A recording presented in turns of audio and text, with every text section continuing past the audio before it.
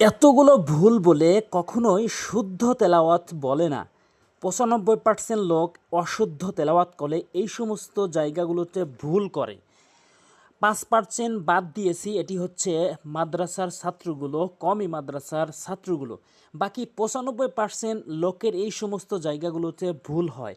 আসুন আমাদের অনেকগুলো টাইমের ভিতর থেকে জাস্ট ১০টি মিনিট টাইম দিয়ে আমাদের ভুলগুলো আমরা বুঝতে পারবো, আমরা সঠিকটি শিখতে পারবো। আর ভিডিওর শেষে কিছু গুরুত্বপূর্ণ নিয়ম বলবো, এইগুলোর মাধ্যমেই আমরা সহি শুদ্ধ করে কোরআন শিখতে পারবো ইনশাআল্লাহ। প্রথমত আমি ভুলগুলো বলবো, এরপরে সঠিকটি বলবো, তারপরে নিয়ম কানুনগুলো বলবো। অবশ্যই ভিডিওর শুরু থেকে শেষ পর্যন্ত দেখতে থাকুন, আর ভিডিওতে একটা লাইক দিবেন আর সাবস্ক্রাইব করেন পরবর্তী ভিডিও পাওয়ার জন্য। এই চ্যানেলে সহি শুদ্ধ করে কোরআন শিখানো হয়েছে, প্লে লিস্ট করে দেওয়া আছে, অবশ্যই ভিডিওগুলো দেখার চেষ্টা করবেন। আর এই ভিডিওতে যেইগুলো ভুল মানুষ করে থাকে সেইগুলো ভুল অবশ্যই একটু মনোযোগ সহকারে শুনবেন। অউলাম জবর ওয়াল, আইন খারা জবর আ, এখানে অধিকাংশ লোক ভুল উচ্চারণ করে আ বলে, আইনের জায়গায় হামজা এনে উচ্চারণ করে। এখানে আইনের উচ্চারণ হলকের মাঝখান থেকে করতে হবে, ওয়াল আ এভাবে চাপ দিয়ে। আশা করি বুঝতে পেরেছেন। ১ নাম্বার ভুল। ২ নাম্বার হচ্ছে দিয়াতি, এখানে দিয়াতি বলে, দিয়াতি, এখানে ইয়া টেনে পড়ে না, এখানে টেনে পড়তে হবে। ইয়া খারা জবর ইয়া। বিশেষ করে গ্রামের কিছু মা বোন রয়েছে, তাদের এই সমস্ত ভুল বেশি হয়, তারা অবশ্যই মনোযোগ সহকারে দেখবেন।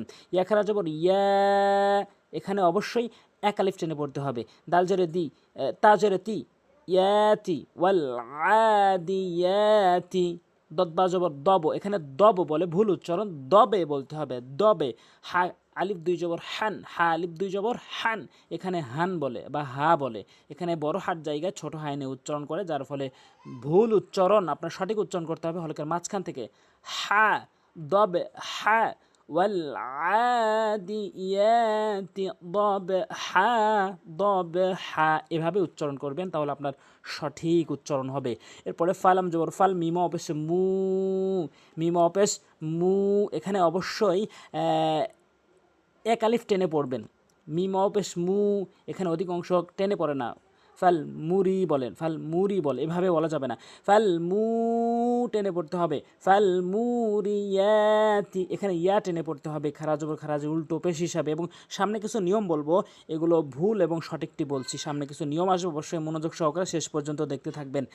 তাজরেতি, ফাল মুরিয়াতি, কফ দাল জবর কদে, এখানে অধিকাংশ লোক কদ বলে, এখানে কদে বলতে হবে, নিচের দিকে সাউন্ড হবে, কদে। হা আলিফ ২ জবর হান, এখানে অধিকাংশ লোক ভুল উচ্চারণ করে হা বলে, বড় হার জায়গায় ছোট হা উচ্চারণ করে।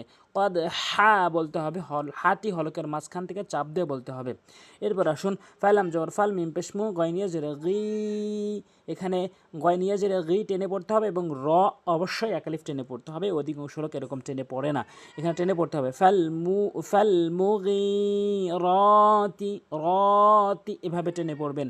সদবা পেশ সুবে, সদবা পেশ সুবে, এখানে ভুল উচ্চারণ করে সুব বলে, সুব বলে, ভুল উচ্চারণ, সঠিক উচ্চারণ হচ্ছে সুবে।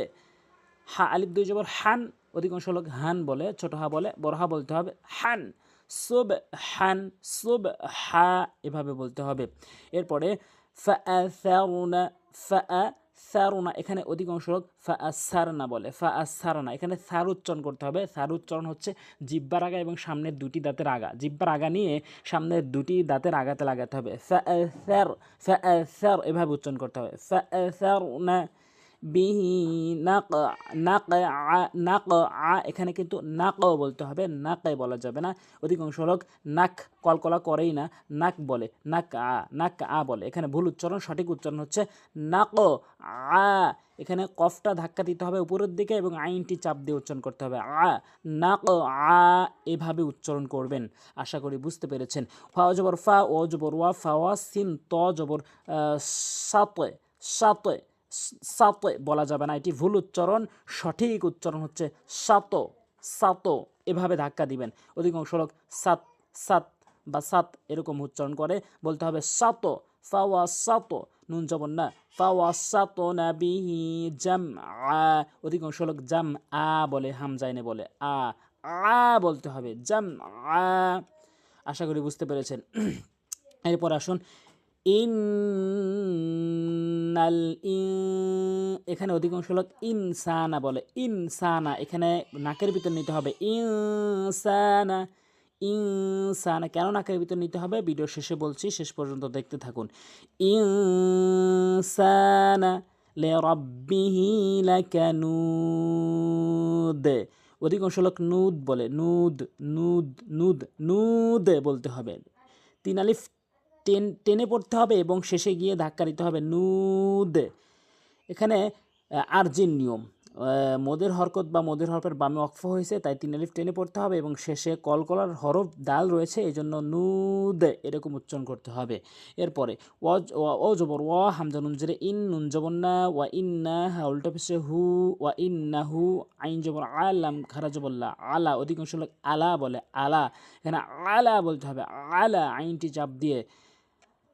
এরপরে যেই নিয়ম কারণগুলো বলবো অবশ্যই মনোযোগ সহকারে শুনবেন। এই ভুলগুলো যে আমাদের হয়েছে এই সমস্ত নিয়ম না জানার কারণে আশা করি এই নিয়মগুলো ভালো করে বুঝবেন। জাল খারা জবর জা, এখানে দেখেন মার করে দেওয়া আছে, এই নিয়মগুলো বলবো। জাল খারা জবর জা, এটি হচ্ছে খারা জবর। হ্যাঁ, কোরআনের কোথাও যদি খারা জবর খারাজের উল্টো পেশ দেখেন অবশ্যই কিন্তু এক আলিফ করে টেনে পড়বেন।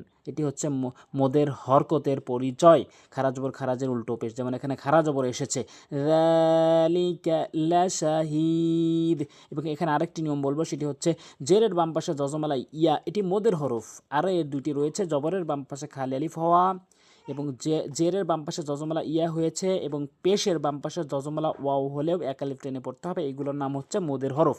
এগুলো যেখানেই দেখুন অবশ্যই এক আলিফ করে টেনে পড়তে হবে। লা শাহিদ, আশা করি দুইটি নিয়ম বুঝতে পেরেছেন। লা শাহিদ। এরপরে ওয়া জবর হামজা নুন জেরে ইন, এখানে একটি নিয়ম বলবো অবশ্যই মনোযোগ সহকারে একটু বুঝবেন।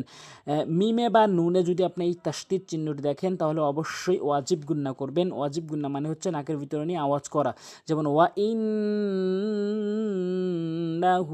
লিহুব্বিল খায়রি লাশাদীদ আফালা ইয়ালামু ইযা বু'থিরা মা ফিল কুবুর وحصل ما في الصدور। এই দূর একটি নিয়ম বলবো অবশ্যই মনে রাখবেন। পেশের বাম পাশে জজমালাও মদের হরফ, আর নিয়ম আছে মদের হরফ অথবা মদের হরকতের বামে যখন থামা হয় এটি মদের হরফ এবং মদের হরকতও হতে পারে, এর বামে যখন আমরা ওয়াকফ করি তখন 3 আলিফ টেনে ওয়াকফ করতে হবে। এই নিয়মটির নাম হচ্ছে মদ্দে আরজি। ইন্না রাব্বাহুম বিহিম ইয়াউমাইযিন লাখাবীর, এবং শেষে খুবই গুরুত্বপূর্ণ দুটি নিয়ম বলবো অবশ্যই মনোযোগ সহকারে একটু শুনুন। হামিম পেশ হুম, এটি গুন্না করতে হবে হুম, কেননা মিম সাকিনের পর বা আসলে এরকম গুন্নাটি করতে হয় হুম, এইটি নিয়ম যে মিম সাকিনের পর বা আসলে গুন্না করতে হয়। এরপরে জালাম দুই জেলি তানভিনের পরে যদি কখনো লাম আর র যে কোনো একটি দেখেন তাহলে কখনোই গুন্না করতে পারবেন না। রিল লাখাবীর, আশা করি বুঝতে পেরেছেন। তো এইগুলো ভুলগুলো বুঝে সঠিকটি উচ্চারণ করবেন, এর নিয়ম কানুনগুলো মুখস্থ করে সহি শুদ্ধভাবে তেলাওয়াত করবেন ইনশাআল্লাহ। আজ এ পর্যন্ত। আসসালামু আলাইকুম ওয়া রাহমাতুল্লাহ।